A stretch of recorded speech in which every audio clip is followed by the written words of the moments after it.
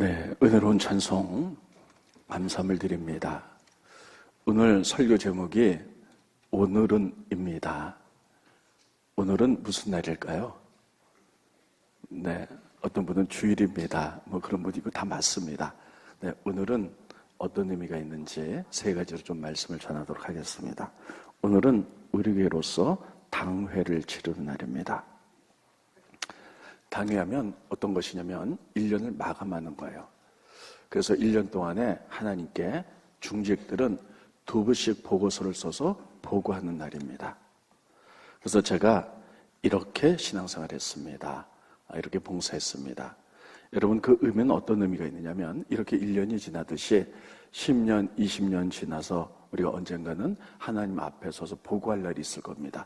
제가 일생을 살아가면서 이렇게 헌신했습니다. 봉사했습니다. 이런 보고를 한 날이고요. 두 번째는요, 인준을 받는 날입니다.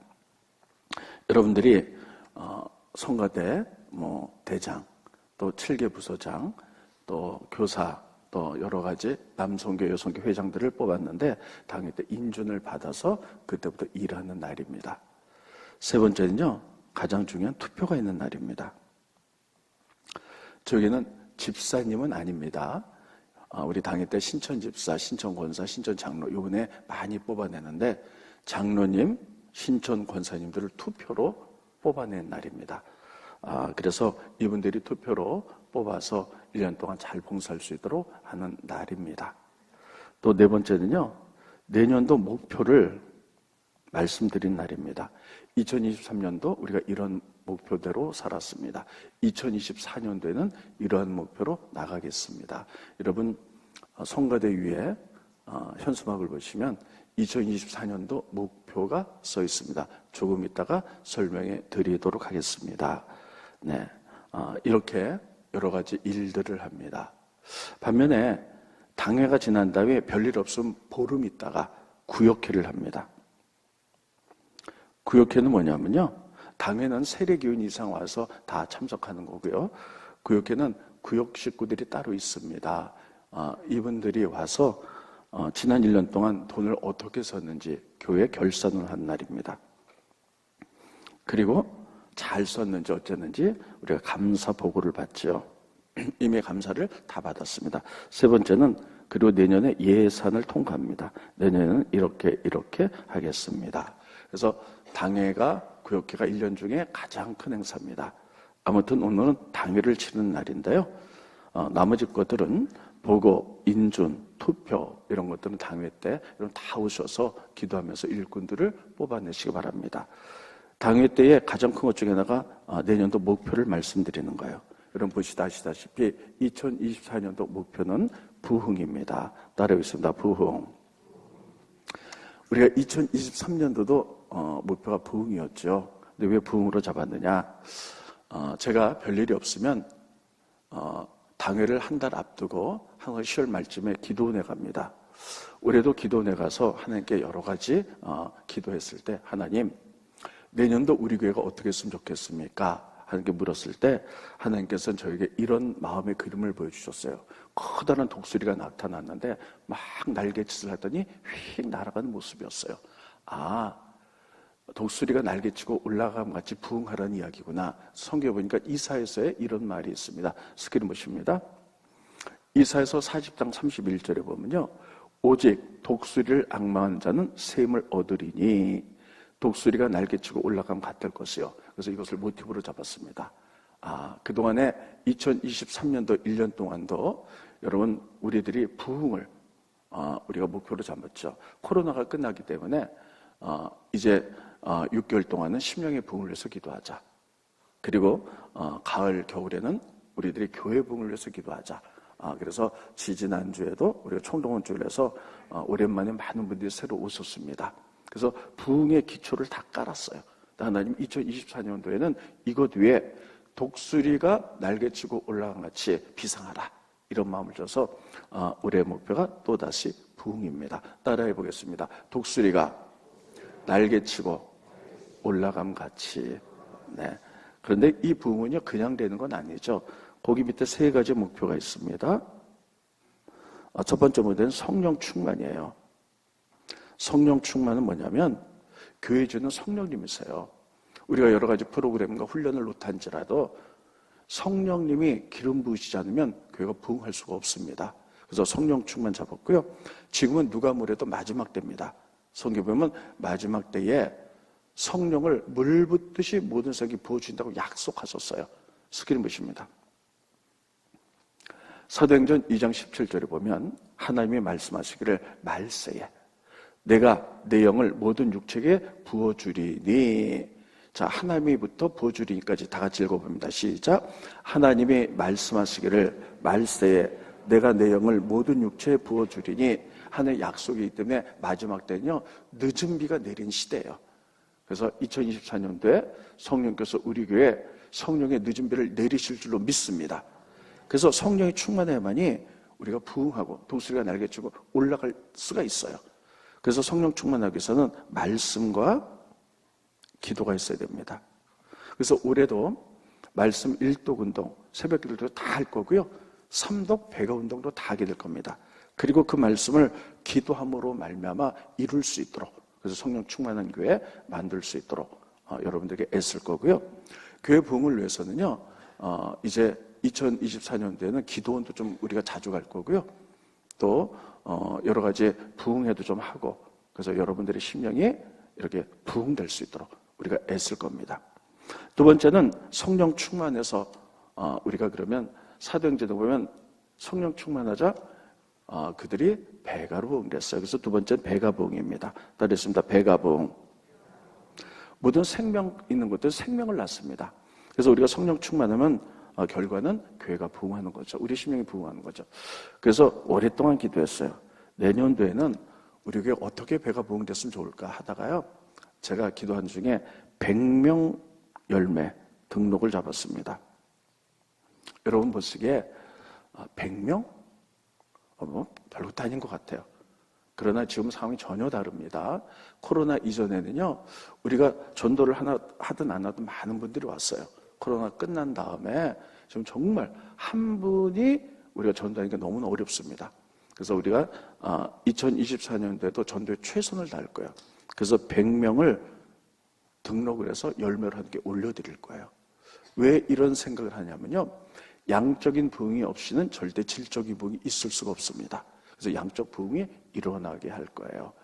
그런데 제가 이제 제가 은퇴가 한 4년 반 정도 남았습니다. 그래서 많은 생각을 해봅니다. 제가 끝난 다음에 다음 후임 목사님이 와서 저를 이어받아서 열심히 할 거지만, 저는요 저 때까지는 한 1,500명 정도만 함께 모였으면 좋겠어요. 그래야만이 정말 교회 많이 모여 이게 문제가 아니고요, 정말 하나님이 허락하신 위대한 일들을 할 수 있기 때문입니다. 그래서 배가 부흥 100명 우리가 이렇게 할 거고요. 세 번째는요, 목표가 봉사입니다. 봉사인데 1인 1봉사예요.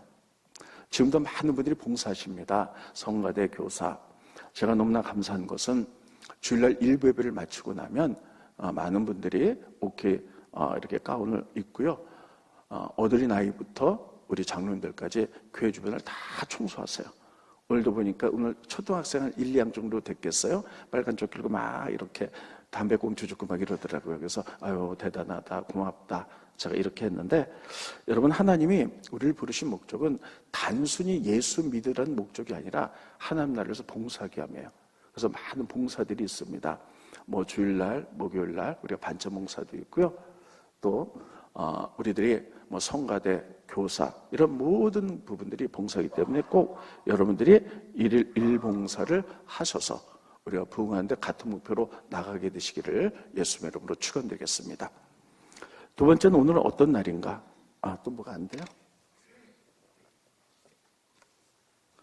예, 둘째는요, 오늘이 대강절 제1주입니다. 따르겠습니다. 대강절.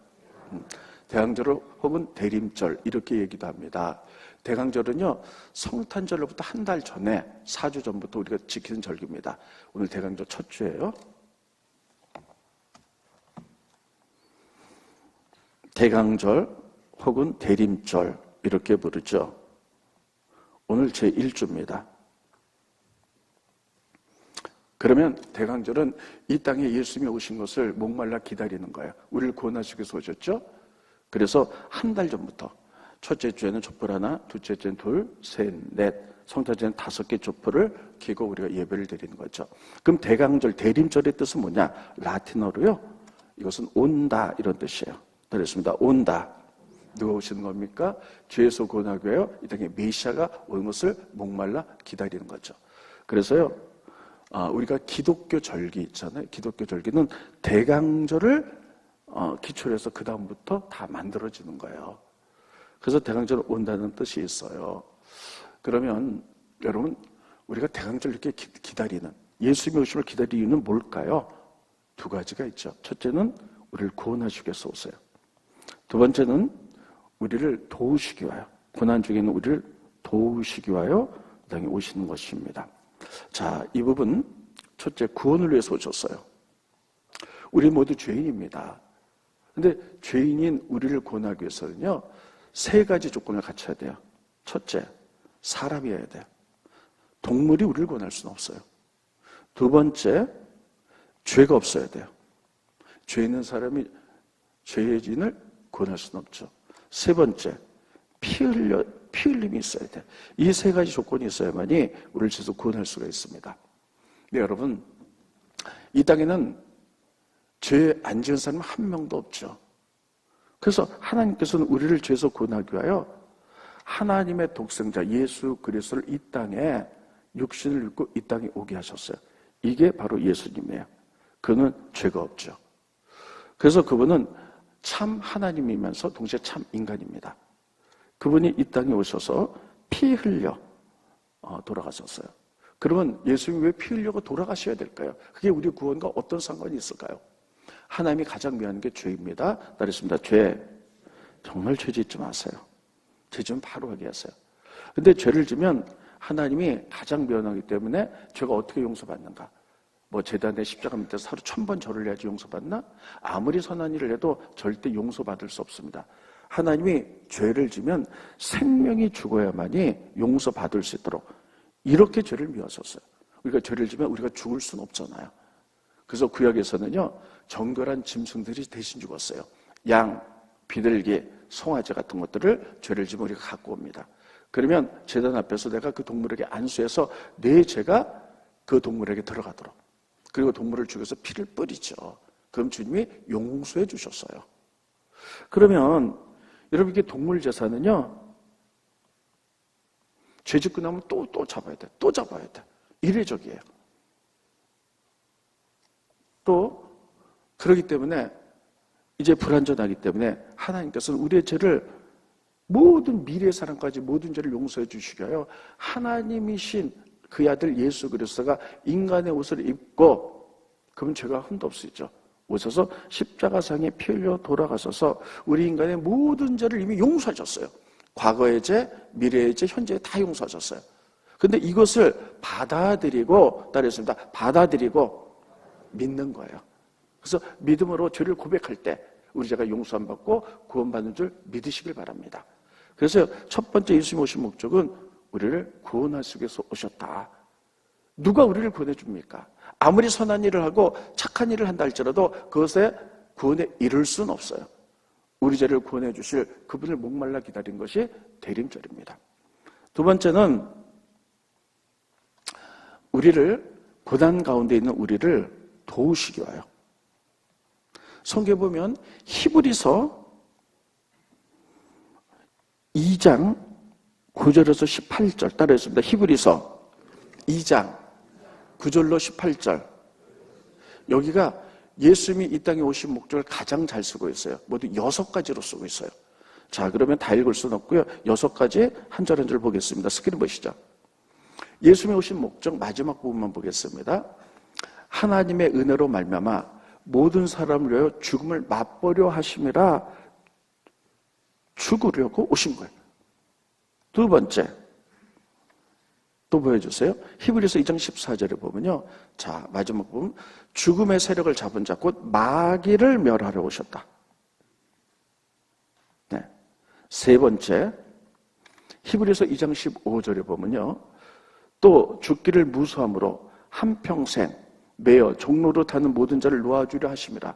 여러분, 죄 때문에 죽음이 왔죠. 그래서 너무너무 무서운데 그거 끝내기 위해서 죄에서 종로로 타는 것 끊기 위하여. 네 번째, 이는 오직 아브라함의 자손을 붙들어 주려 하심이라. 우리가 아브라함의 자손이죠. 우리가 고난 가운데 있을 때 우리를 붙들어 주시려고. 다섯 번째, 히브리서 2장 17절에 보면요, 신실한, 마지막 부분 대제사장이에요. 백성의 죄를 속량하려고, 용서하려고, 모든 죄를 용서하기 위해서 오셨다. 마지막 여섯 번째 스크린 보시겠습니다. 그가 시험을 받아 고난을 당하셨은즉, 예수님도 고난을 당하셨은즉 시험 받는 자들 능히 도우실 수 있느니라. 예수님도 고난 받았기 때문에 고난을 도우시기 위해서 오셨다. 이렇게 여섯 가지 이유 때문에 오셨다라고 히브리서 2장 9절부터 18절까지 쓰고 있습니다. 그러면요, 이 여섯 가지는 두 가지로 축약해 볼 수 있겠습니다. 죽음, 마귀를 멸하러, 죄의 종로로, 죄 용서하러 오셨다. 이건 구원이죠. 이게 뭐냐면 우리가 죄에 빠졌어요. 죄에 빠진 것은 마귀 때문이죠. 그래서 이 땅에서 죄의 종로로 타며 결국은 죽음이죠. 근데 그를 우리를 죄를 용서하기 위해서 구원하기 위해서 오셨다는 거예요. 두 번째는요, 우리들이 고난을 당할 때가 있어요. 근데 고난을 당할 때 예수님이 우리를 도우시고 붙드시기 위해서 고난 가운데 구원하시기 위해요. 오셨다. 이 두 가지 목적이에요. 구원과 고난. 만약에 단순히 구원을 위해서 오셨다면 예수님이 이 땅에 오셔가지고 십자가상에 달려 돌아가셔서 구원받았다. 이거면 될 거예요. 근데 예수님이 인간으로 오셔서 33년을 고난의 세월을 보냈어요. 그 이유는 우리가 당하는 고난을 다 경험하셨기 때문에 우리가 주님 앞에 가면 그 고난을 이해하고 도우실 수 있기 때문에 예수님이 고난을 도우시러 오셨다는 거예요. 여러분, 우리가 이 땅에서 고난을 당하는 게 뭡니까? 돈 때문에. 비천해지죠. 두 번째, 여러분, 우리가 또 배신의 문제. 정말 다른 사람이나 배신했을 때 정말 힘들죠. 세 번째, 질병. 육신의 아픔이죠. 근데 이것을 예수님이 다 경험해 보셨어요. 그래서 우리를 경험해 보셨기 때문에 알아. 그래서 우리를 도울 능력이 그게 있는 거예요. 예를 들면 돈 때문에 비천해질 때 우리나라는 지금 자본주의의 끝을 보여주고 있어요. 그래서 돈이 양반이다 이렇게 얘기하기도 하고요. 우리 돈 때문에 비천해질 때가 있죠. 그러면 뭐 아는 사람에게 돈 좀 빌려주세요. 그러면 한두 번은 빌려주지만 자꾸만 빌려달라고 하면 전화도 안 받아요. 그때 우리가 예수님께 엎드리는 거예요. 예수님 이렇게 말씀하십니다. 내가 돈 때문에 비천해진 가난을 내가 안다는 거예요. 내가 경험을 받아서 너의 고통을 알고 이해하고 도와줄 수 있는 능력이 있다는 거예요. 예수님 보세요. 예수님 태어날 때 어디서 태어나셨어요? 말구유 통해서 태어나셨어요. 이 세상에 아무리 비천한 자도 말구유 통해서 태어난 사람은 없습니다. 아무리 비천한 사람이라 할지라도 어머니가 아기를 낳으면 씻겨가지고 깨끗한 포대기에 담아서 안습니다.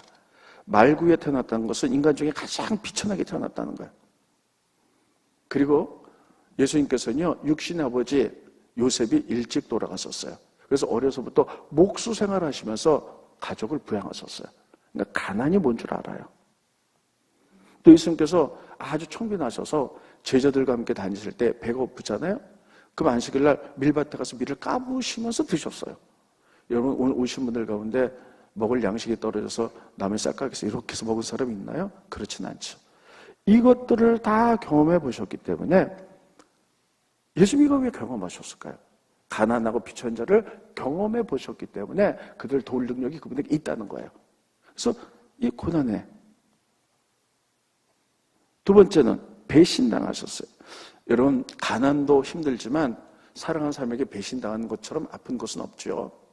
사랑하는 남편이 아내가 나를 배신하고 자녀가 배신하고 심지어는 친구들이 그 사업 같이 하는 분들이 동역자가 배신하고 이랬을 때 배신의 상처는 굉장히 오래가고 분노가 일어납니다.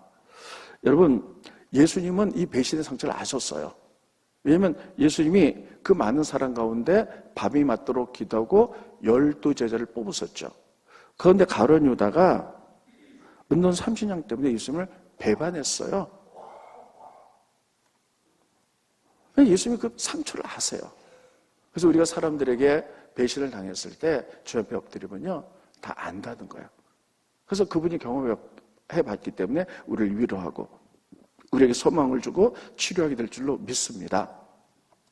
세 번째는 질병이에요.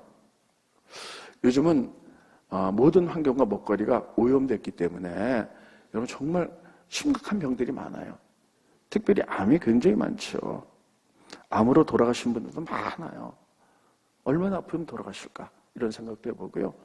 또 암에 걸렸을 때 교회에서는 뭐 몇 번 찾아가서 위로로 끝나지만 뭐 한 1년, 2년 살면서 그 많은 시간에 병상에 있으면서 혼자 얼마나 외롭고 고독하고 힘들겠어요. 암과의 싸움에서. 그때 예수님께 엎드리면요, 예수님이 안다는 거예요. 너의 고통과. 예수님께서 이 땅에 오셔서 십자가에 달려 돌아가셨죠? 십자가 고통은 인간이 경험할 수 있는 가장 아픈 경험이에요.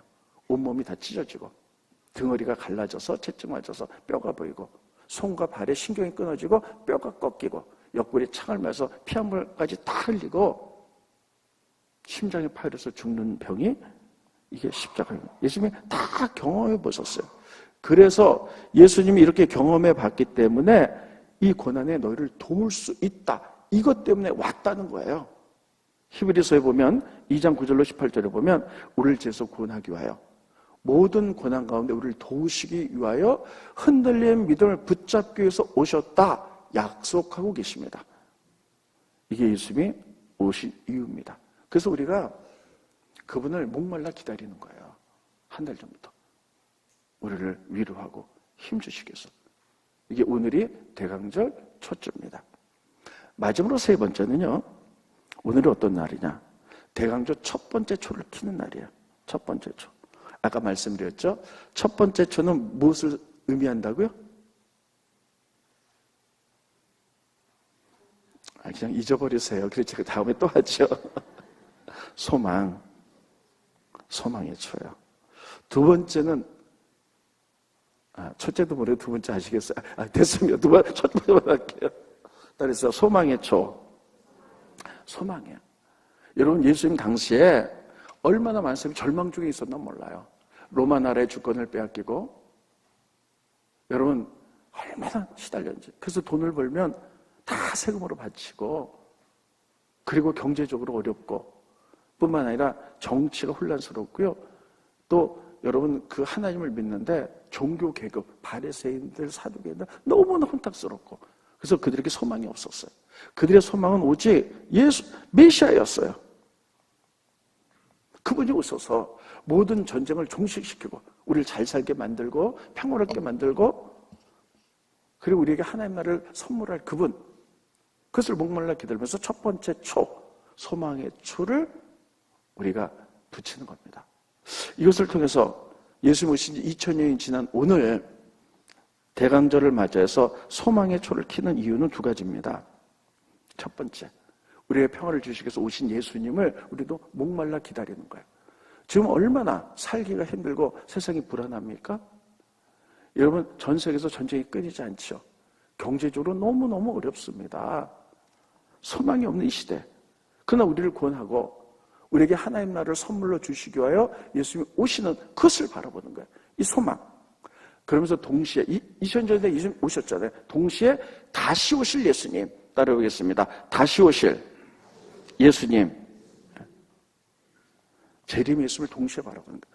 이미 오신 예수님을 소망 중에 바라보고 그러나 약속하신 다시 오실 예수님을 소망 중에 목마르게 바라봐서 우리들이 소망의 초를 키는 거예요. 저는 이것을 보면서요, 저는 여러분들에게 우리가 이렇게 소망이 있으면 좋겠다. 여기까지만 말씀드리고 말씀을 좀 정돈하도록 하겠습니다. 저는요, 대강절 일주를 맞이해서 우리가 어떤 소망을 갖고 나가야 될까? 이제 여러분과 저는 같이 목회하고 나갈 날이 4년 반 정도 있으면 저는 은퇴를 합니다. 그러면 제 이후에 어떤 후임 목사님이 좋은 분이 오시겠죠. 그분과 같이 저를 이어서 다 같이 또 계속 나갈 거예요. 그럼 우리 교회 앞으로 소망은 어떤 소망이 있을까? 첫 번째는요, 예수님이 재림하십니다. 그때까지 따르겠습니다. 하나님, 나와 우리 교회를 사용해 주십시오. 이 소망이에요. 나와 우리 교회를 사용해 주십시오. 여러분, 하나님께 쓰임 받는다는 것, 이것처럼 중요한 게 없어요. 그러면 뭐에 쓰임 받아야 될까? 제가 오랫동안 생각했고요. 저는 이렇게 합니다. 첫 번째는요, 복음의 제 4주자로 쓰임 받기 원해요. 따르겠습니다. 복음의 제 4주자. 네. 여러분, 하나님은 우리가 에스겔서에 보면요, 하나 되길 원하세요. 이스라엘 나라도 북이스라엘 남유다로 나뉘었거든요. 근데 하나님이 에스겔에게 이렇게 얘기합니다. 북이스라엘은 막대기, 남유다 막대기를 내 손에서 하나로 만들어라. 마찬가지로 전 세계 유일한 분단국가 대한민국에 북한과 남한이 있죠. 하나님은 북한과 남한이 하나 되어서 마지막 때 복음의 제4주자로 쓰임받기 원해요. 이게 나와 우리 교회가 품어야 될 소망입니다. 제가 말씀드릴게요. 전 세계에 복음이 서진운동을 했어요. 서쪽으로부터 쭉 돌아가기 시작합니다. 이스라엘부터 시작했죠. 이스라엘 서쪽, 복음의 제1주자 바울과 이스라엘 사람들이 복음을 가지고 유럽에 갔어요. 복음의 제2주자, 유럽에서 메이플러를 타고 미국으로 갔습니다. 이게 1주자, 2주자죠. 3주자, 미국 선교하면서 한국에 선교사를 보내서 100년 만에 기독의 꽃이 폈어요. 4주자, 한국이 복음의 4주자가 되어서 마지막 이스라엘까지 복음 전할 때, 복음이 한 바퀴 돌아서 이스라엘까지 들어갔을 때 예수님 재림하신다고 성경에 기록되어 있습니다. 그래서 여러분, 우리는 이 일에 쓰임받아야 될 줄로 믿습니다. 지금 상황 봐서는 북한이 통일된다는 건 안 될 것 같은 생각이 들어요. 그렇지만 하나님 하실 줄로 믿습니다. 그래서 북한이 통일이 아니라 문을 여는 순간이 있을 거예요. 그 순간에 우리는 다 준비하고 있다가 북한에 들어갈 건데, 그래서 저희 교회는요, 미리 준비하죠. 그래서 2군데를 우리가 받았어요. 북한의 평양. 그 또 하나는요, 우리가 북한의 자강도의 만포시. 지금 우리가 네트워크에서 되어서 많이 준비하고 있죠. 그래서 북한이 문을 열면 우리들이 다 들어가서 여기 복음 전하고 성경책 나눠주고 오케이 사역 이렇게 하면서요, 이들과 같이 복음하면서 마지막 때 북한과 남한이 손을 잡고 복음의 제4주자로서 쓰임받게 될 줄로 믿습니다. 이것이 우리의 소망이에요. 따라해보겠습니다. 우리는 복음의 제4주자다. 꼭 기억하세요. 이게 우리의 정체성입니다. 우리는 복음의 몇째 주자라고요? 4주자. 하나님 마지막 때 이것을 하라고 여러분과 저 우리 교회, 우리나라 교회들을 부르셨어요. 이게 제 소망입니다. 두 번째는요, 그동안에 우리가 많은 열매를 하나님께 올려드렸어요. 근데 제가 은퇴하기 전에 한 번 더 하나님께 열매를 올려드리고 싶어요. 그건 뭐냐면요, 그동안 정말 많은 열매를 올려드렸죠. 인류 헤아릴 수 없는 많은 열매를 올려드렸는데, 저에게서 한 것 중에 하나가 아프리카 루안다의 한 지역을 살렸죠. 거기에 관계시설 수도를 놔주고, 그리고 이제 거기에 젖소를 줌으로 말미암아 그들이 다 살 수 있도록 했고, 거기에 500명이 들어서 공부할 수 있는 학교를 만들었어요. 정말 다 만든 다음에 가보고 싶었지만 그때 코로나가 터져서 가지 못했지만 지금 잘 아이들이 배울 수 있어요. 그리고 두 번째로 우리가 말레이시아에 난민학교를 만들었죠. 난민학교는 앞으로 전 세계 난민의 문제는 큰 문제가 될 거예요. 만약에 무슨 일이 벌어지면, 만약에 그럴 리는 없지만 우리나라가 이렇게 있잖아요. 우리나라가 있는데 전쟁이 벌어졌다. 그러면 바다로 밖에 나갈 수가 없어요. 다 난민이 되는 거예요. 이 문제는 보통 문제가 아니에요. 앞으로는 굉장한 식량의 문제인데, 식량난민, 이런 난민들이 이제 대대적으로 벌어질 겁니다. 근데 난민이 되면요, 공부도 할 수도 없고 먹을 것도 직장도 이룰 수가 없어요. 근데 그런 아이들을 먹이고 가르치고 공부시키는 거. 그 말레이시아에 난민학교를 세웠죠. 근데 다 그들이 무슬림 아이들이에요. 근데 난민학교에서 저희들이 먹이고 공부시키고 해서 예수를 영접하고 애들이 다 예수 믿어요. 이런 난민 학교를 보면서 기도하는데 제가 은퇴 전에 하나님 한 번 더 열매를 올려드리고 싶습니다 하고 기도 중에 있는데, 하나는 이제 저희 교회는 사실 지금 빚은 좀 있어요. 저기 비전센터를 만드느라고. 그러나 모든 것을 다 하나님 주셨잖아요. 본관도 있죠.